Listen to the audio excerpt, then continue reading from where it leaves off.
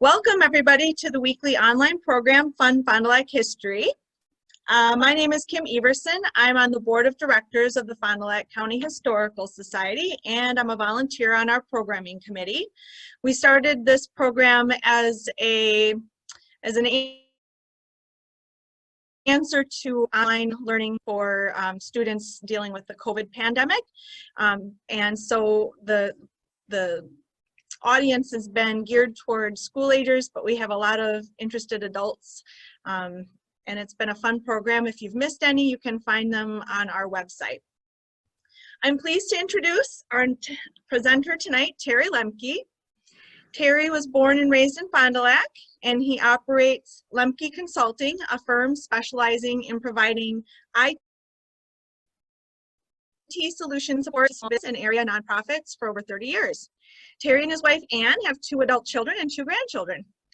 A member of the Fond du Lac Historical Society for many years, Terry has been a Civil War reenactor for over 20 years as a member of the 2nd Wisconsin Volunteers and 10th Tennessee reenactment groups, serving as everything from a private to an officer. He's shared his passion for history for many years, delivering presentations at Germantown, Kohler, and Appleton school districts. And now, with a few clicks, I'll turn the reins over to Terry for his Memorial Day presentation, Fond du Lac and the Civil War. Great. Here we go. Thank you. Make you the host. There you go. All right. I'm going to move to share my screen, so hopefully you'll be able to see it in just a moment. Does that look like that's showing up? All right, good. Thumbs up. Excellent. Thank you.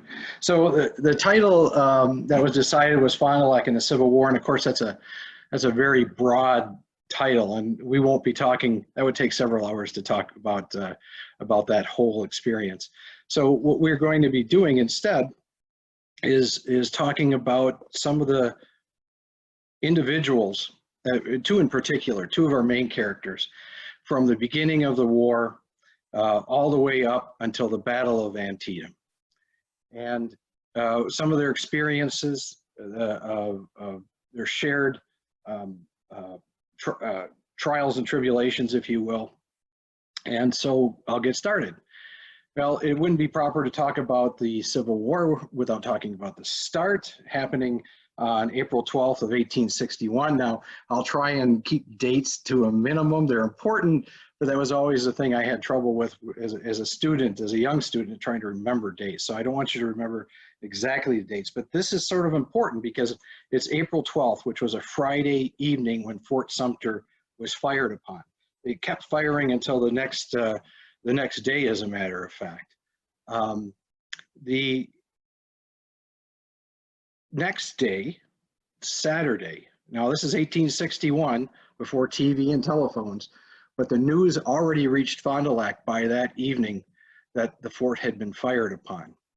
And the next day, there was a fever in town of people coming together spontaneously, trying to do demonstrations of patriotic emotion and saying how they're going to defend the flag and they have to defend the Union and so on and so forth. So only another day later, Lincoln puts the call out. Now, he put a call out for 75,000 men to be needed for 90 days to put down the rebellion. What he really needed them for, and what he really wanted them for, was to defend Washington, because that was, of course, in Maryland. Maryland was a slave-holding state, and he was afraid that the Confederacy would simply just walk in and take it away from him. So because of that, and maybe because of the location of Wisconsin, maybe because of the population of Wisconsin, we really don't know exactly, but Lincoln only asked for 1 regiment to come from Fond du Lac. So the first volunteers began to sign up that day on the 15th. And according to popular legend, the first one was Colward Pyre. Now, I'm probably going to say Pier a couple of times, and I apologize for that. Now, Dr. Kim, I hope you had a chance to see her presentation on the Pyres, and as the first pioneers in town, and the intelligent and successful ladies that came out of that family. But that name is going to be interwoven quite a few times into this narrative. So again, covert period, he's the first one to go and sign the rolls. Some claim he was the first in the state of Wisconsin. I will just say, yes, he was. Good job. So so many people wanted to join, as a matter of fact, that by the 16th, that first regiment was filled and no more volunteers were accepted. So they went off, formed the regiment, trained, and so on. But it wasn't very long before the reality set in that we would need more men. So this is the point in the story that I'd like to introduce our two main characters. So the two main characters that we see, I've got to move something out of the way about somebody in the waiting room. Sorry about that. So our first of our two That's main... your brother. Should we let him in? Yeah, he's trying to get in. Are you able to do that? C waiting room? I suppose. I've never had this happen before. An executive director? I would let anybody in who wants to come in. I'm the executive director. Do you want me to take back hosting for it? Oh my gosh. Okay, I think. I'm gonna go check to see if you're back in. I think we have them in. Hopefully we've got everybody in. Okay, so back to the story.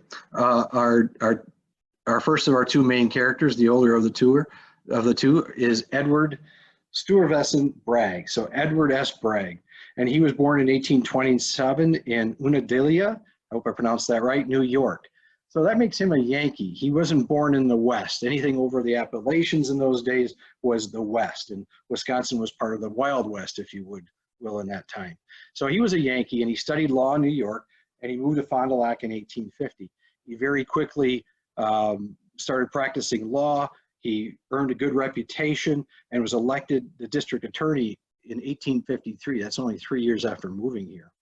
And he was a Democrat, and he attended the 1860 convention. Well, that's kind of important because that's the convention where the Democrats elected Stephen Douglas, but the Southern Democrats actually split away and elected John Breckinridge as their own candidate. And of course, the Democratic Party, the most strongest, split into two, and that allowed the dark horse candidate, which we know, a Republican, a party that was created or born here in Fond du Lac County, the Republicans, Abe Lincoln. So he also married Cornelia Coleman, probably back when he was in New York, and I have a picture of her, so I thought I'd use it. Our other main character is Edwin Arnold Brown. Now, he also was born in New York. He was born of a working class family. He was a son of Isaac and Lydia Brown, and they moved to Wisconsin in 1836. Edwin's family moved to Fond du Lac in 1845 from Green Bay, and his father got into the building trade, and he was a well-known builder. One of his buildings, at least one of his buildings, still stands, and many of you probably know this. It's the Octagon House. He built that for himself. I've seen some say that was built for his son, Edwin, but I think when I checked the register, the city register, he was living there during the Civil War. So Edwin then attended St. Lawrence. He graduated in 1851, and he married Ruth Pryor. Now, Ruth Pryor is the daughter of, I want to get this right now because we just learned this, Edward and Harriet Pryor. And he was a very successful, if not businessman, farmer. And some may have thought that perhaps Edwin was shooting a little higher than his mark in gaining her hand in marriage. She happened to be the brother of Colbert, I understand. And they were friends, Edwin and Colbert. So that's probably how they met, or maybe that's how they met. So he read law under Judge Robert Flint. So when I read that, and I think if you had to appear as a criminal before a judge, a name like Flint would probably not be the judge you wanted to be put in front of. So he was admitted to the bar in 1860, and he was, like Lincoln, a Republican. So it didn't take long, back to that, it didn't take long for a call for more men. And as a matter of fact, Wisconsin would need to provide another 5 regiments before fall. And on May 7th, Fond du Lac had another patriotic meeting. And during this patriotic meeting, they had a committee, a chairman, the whole 9 yards. And it was put forward, probably planned ahead of time, that Edward Bragg and Edwin Brown, the 2 attorneys from Fond du Lac, would spearhead the formation of another company. Well, it was conveniently called Briggs Rifles. Now, there are many names for the companies that were formed throughout the country at this time, and some have really cute names. Some of ours from Fond du Lac County were the Union Guards from Tachita, the Ripon Rifles, and the Waupun Light Guard, to give you an example. So more men volunteered right then and there that evening, and they came forward up to the tables, they rushed, they signed up, they signed the rolls, and an election was held. And that election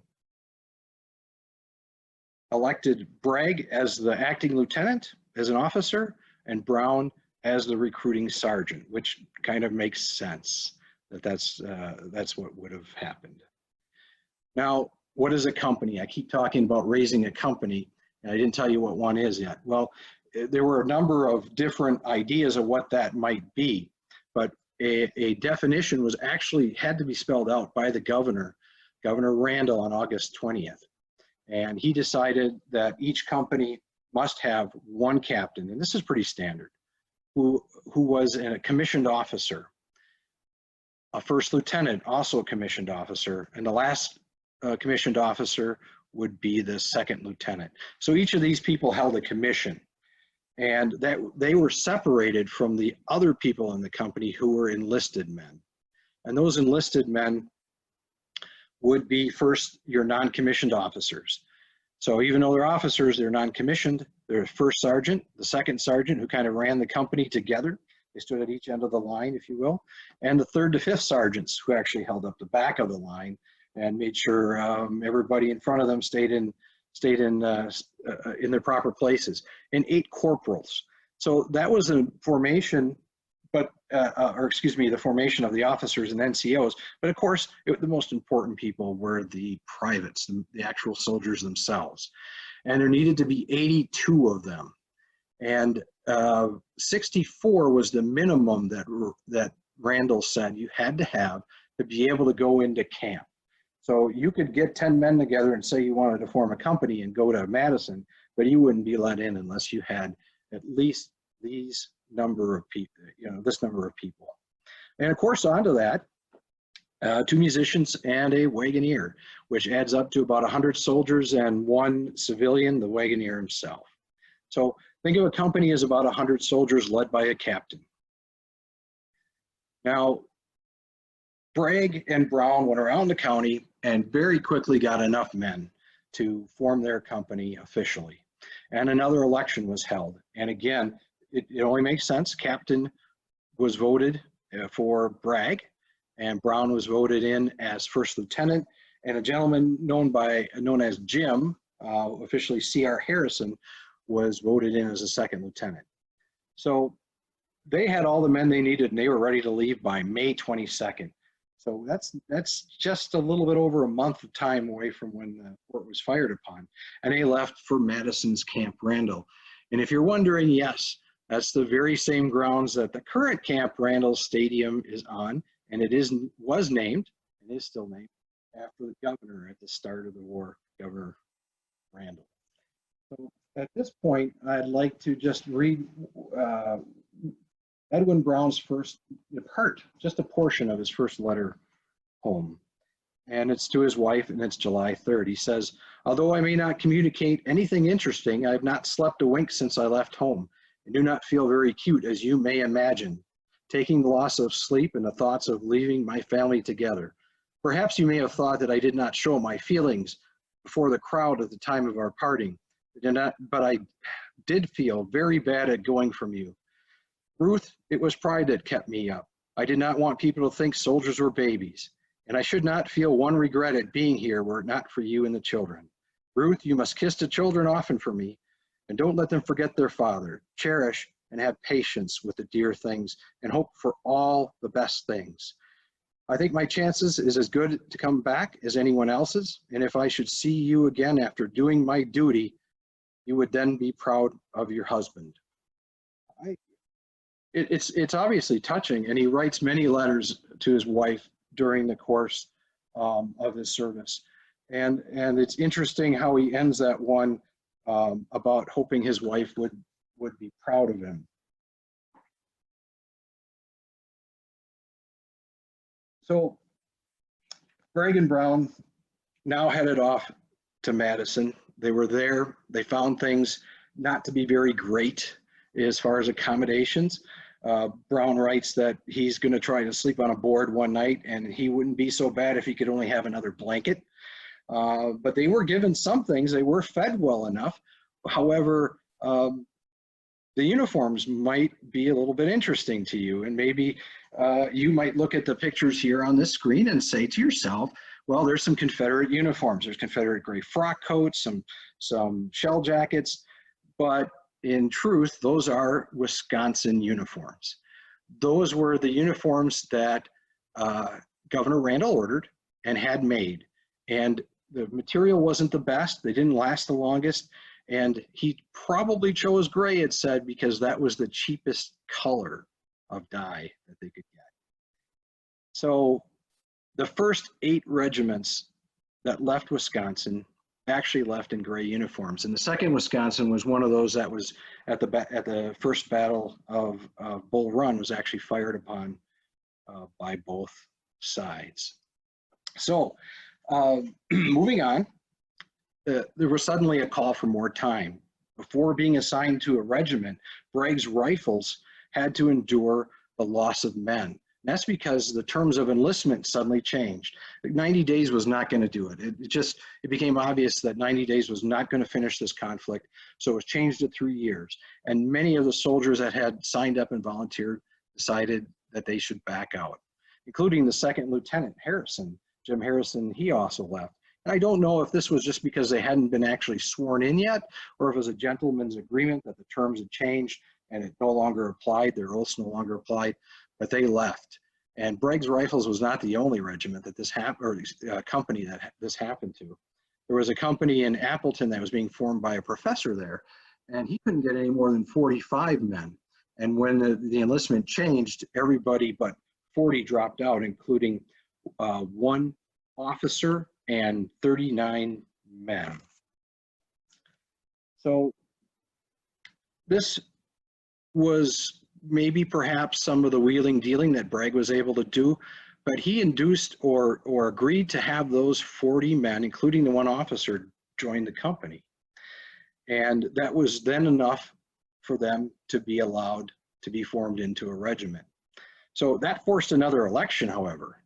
And that election was not for Bragg. Bragg was securely the captain, but it was who's going to be the 1st lieutenant.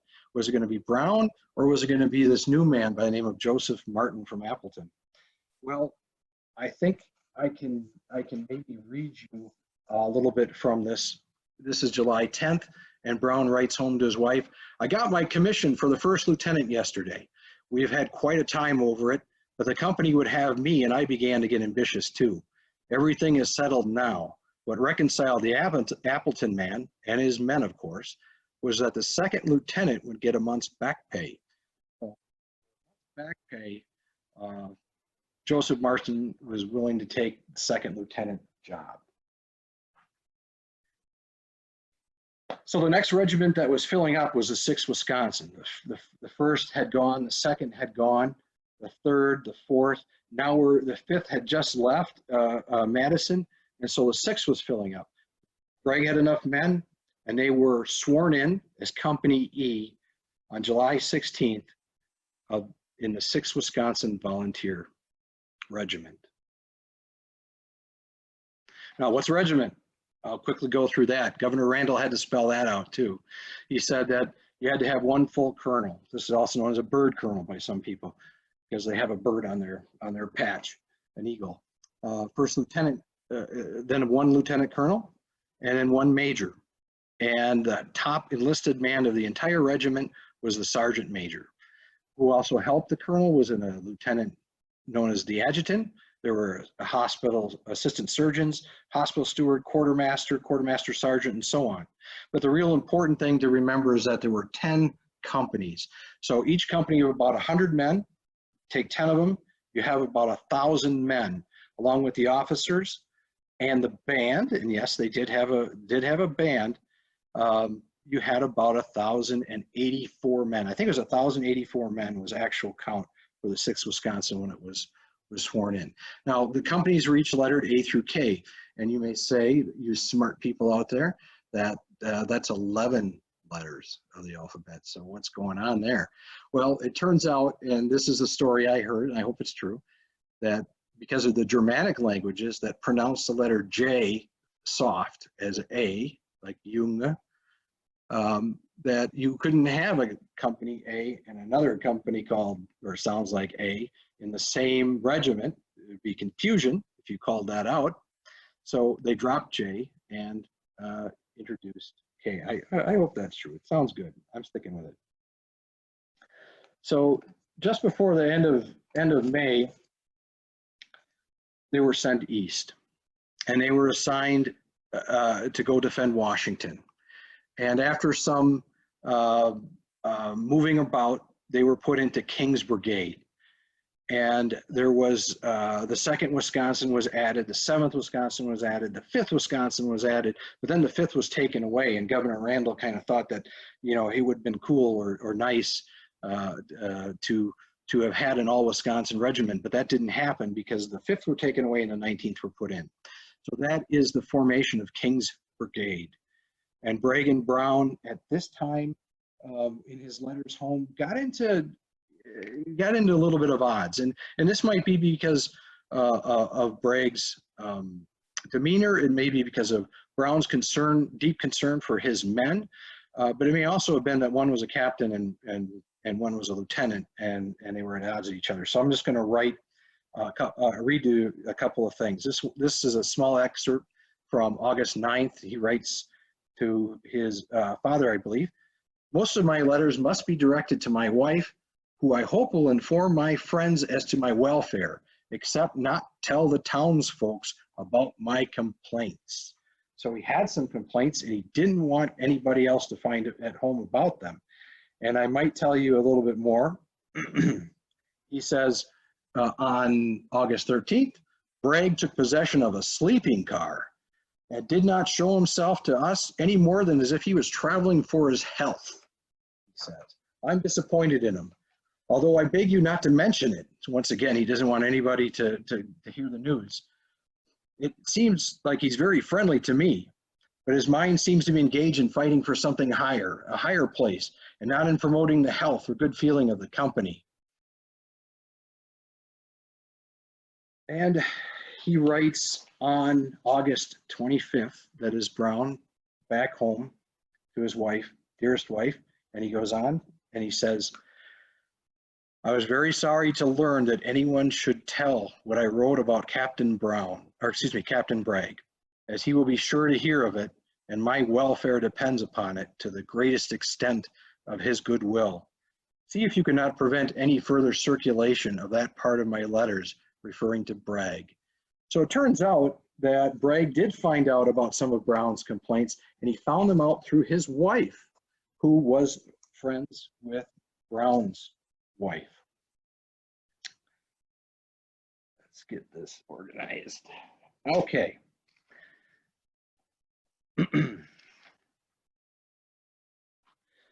So what I need to do is skip along a little bit very quickly. Bragg was on a rocket career as far as the military is concerned, and he was looking for higher places, and he was promoted to the major on September 17th in 1861. But this actually benefited Brown, who was elected captain in his place as he left. So The King's Brigade was soon given up by King. That brigadier was a political general, and he wasn't doing well on campaign. I think it was his health. And so he resigned or moved on or given another post. And the brigade, known as King's Brigade, was given to General Gibbon. And General Gibbon was a regular army man, and he was destined to whip those volunteers into shape. He didn't have a high opinion of them at the beginning, but that obviously changes. Known as Gibbon's Brigade at that time, their first encounter together is at the Battle of Gainesville, which you probably could look up as Bronner's Farm. Now, these are all important engagements, but I don't have the time to go through them tonight, so I'm going to kind of skip along. How much time have we got left?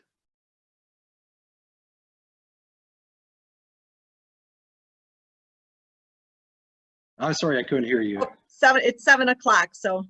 Well, so we're done. Oh, this is great. You can continue if you'd like, and if anybody needs to leave, they're welcome to leave. That's good, and I apologize. I think I took a little bit longer than I had thought.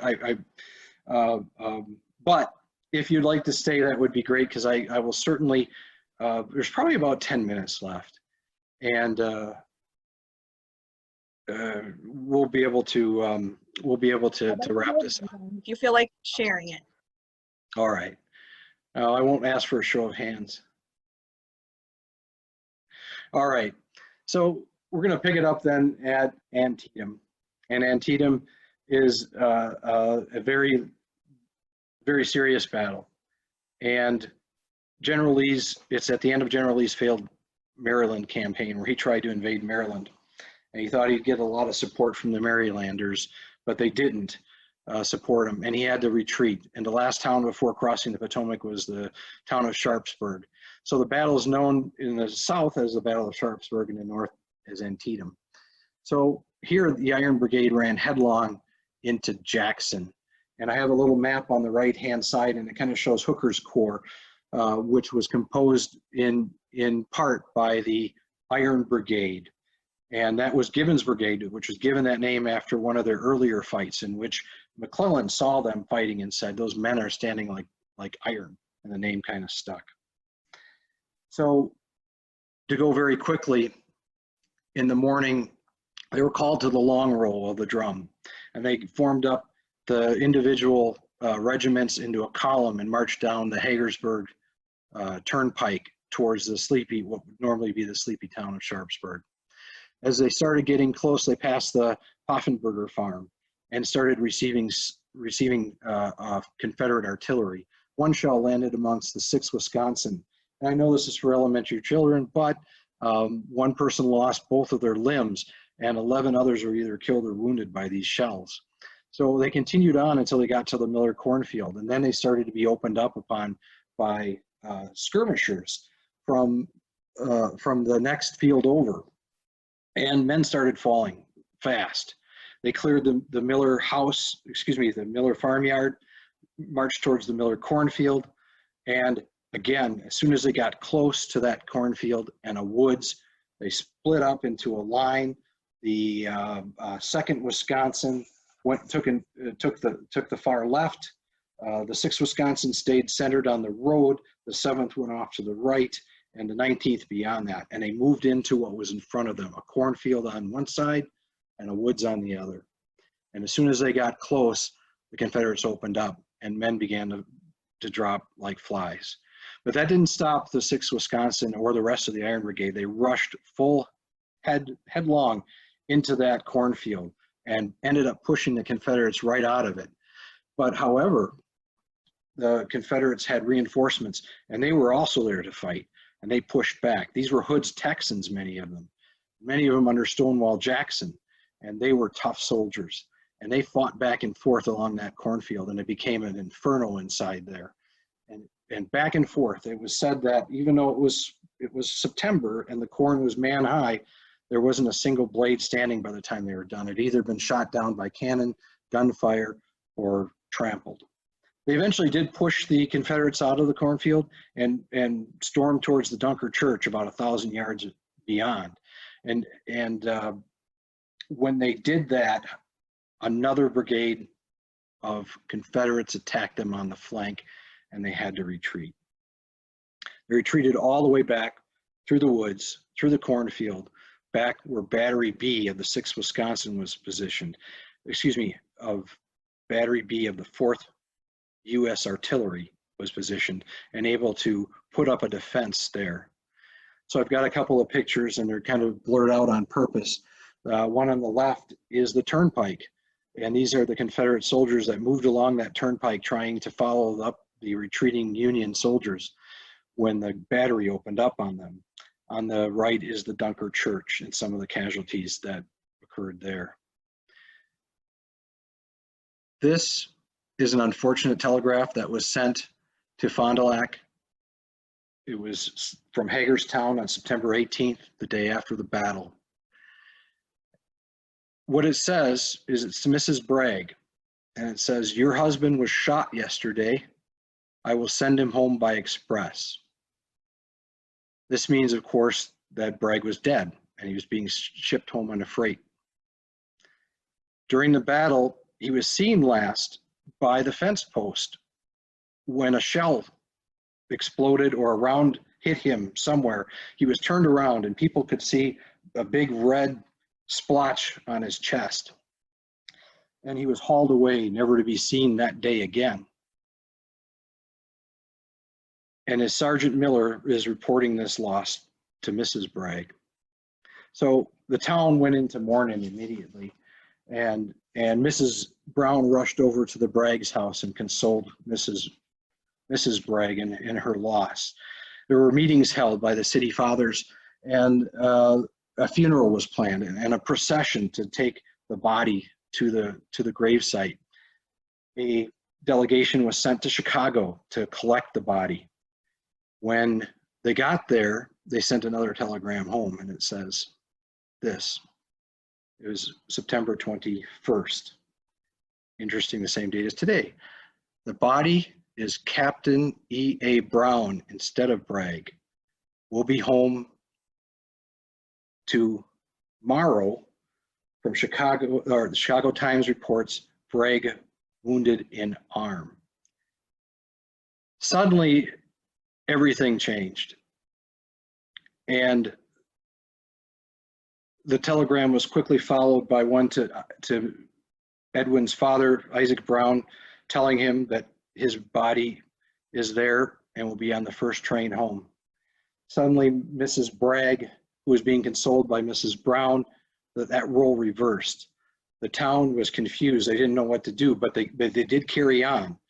And they decided that they would keep the funeral plans and they would keep the procession. They just had to change a few things, of course, with what they did. And one of those things was, after the funeral, they marched down Main Street and took a left heading east on 6th Street to go past Edwin Brown's house. But instead of going on to perhaps Ramsey Cemetery, they took a right on what is now Park Avenue and headed down the road until they got to Ruth's family's cemetery. I'm just going to quickly say these are some of the things that were handed to Mrs. Brown. They were his personal possessions. His officer's sash that he would have wore around his waist under his belt, his picture of himself and his son Louis, and his writing kit. But getting back to the procession, he was buried at his wife's family's graveyard, the Pyre Cemetery, which was also in Dr. Kim's presentation the other day. Almost finished. The war went on, of course, went on without Edwin Brown. And Bragg also moved on. He was promoted to a lieutenant colonel. It happened before the Battle of Antietam. He was then promoted to a colonel in March of 1863 and had led the 6th Wisconsin. He was luckily, I guess for him, on leave for illness and injury during the Battle of Gettysburg. Otherwise, he'd probably a good chance of dying there. He was eventually voted or promoted to a general of volunteers and finally mustered out on October 9th, 1865. So he moves on, Bragg is buried, and that might be the end of the story. except there's another sad footnote if we have time. And it's about Ruth Brown. Having children and needing protection and income, she eventually remarried. Now, some of that prejudice that we talked about people being proud of him, hoping people would be proud of him, maybe came into play here. I don't really know, but it was decided that now that he wasn't married to a pyre anymore, that his body should be removed from the cemetery. And more dishonor was shown to him in the way that they took his, some years afterwards, dug up his casket, his rotting casket, and moved it to a wagon. And as they did so, unfortunately, the contents fell out onto the ground. The interesting thing about that is a former curator of the Fond du Lac County Historical Society Museum, the late Dr. John Ebert, showed me his pistol that did fall out with it, but was, however, retained. And he told me, and I believe him, that is the item that listed there in the center, number 66, the Colt Army. After the war, Bragg was a celebrity. He served in the Senate. He was made postmaster. He was the second nomination for Grover Cleveland, saying famous words, "We love him for the enemies he's made," that propelled him to the White House. He was returned home again to practice law, but made an envoy of Mexico and the Consul General to Hong Kong. I can't quite see the other word because many of your lovely faces. Cuba and Hong Kong. Sorry, I couldn't remember that. And I think upon his return, he was actually given a house to live in. He lived a very life as a celebrity, as I said. He was very popular in the Iron Brigade Association after the war and the Grand Army of the Republic, which was a soldiers' organization, and died of natural causes on June 20th, 1912. And interestingly enough, is buried in a not far away from Edwin Brown in Ramsey Cemetery. And you can drive around and see his rather large monument there, but like him, he was a short man. It's maybe not very tall. And one side is his bust, the little general, and on the other side, you can see the Iron Brigade marker. Of course, his beloved 6th Wisconsin at the top, the 2nd and 7th on the flanks, and the 19th Indiana on the lower left. After Antietam, the 24th Michigan was added.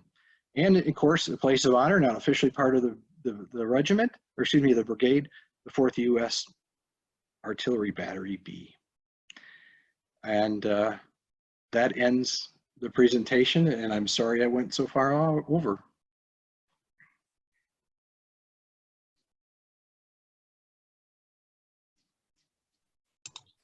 That was wonderful. Thank you. Learned a lot. You're welcome. If I could, let's see, I need to hand back the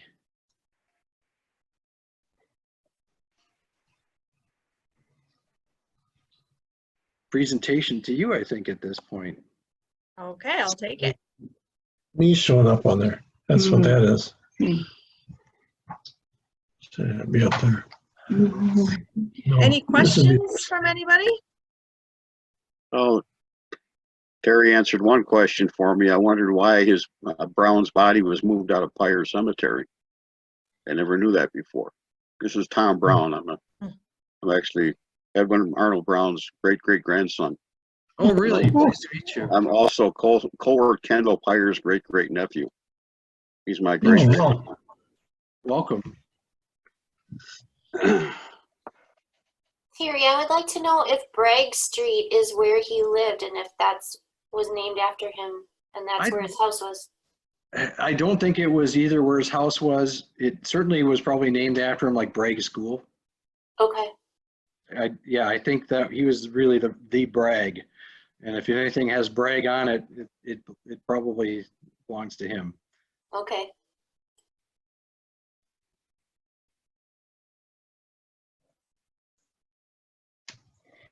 Any more stump the presenter questions?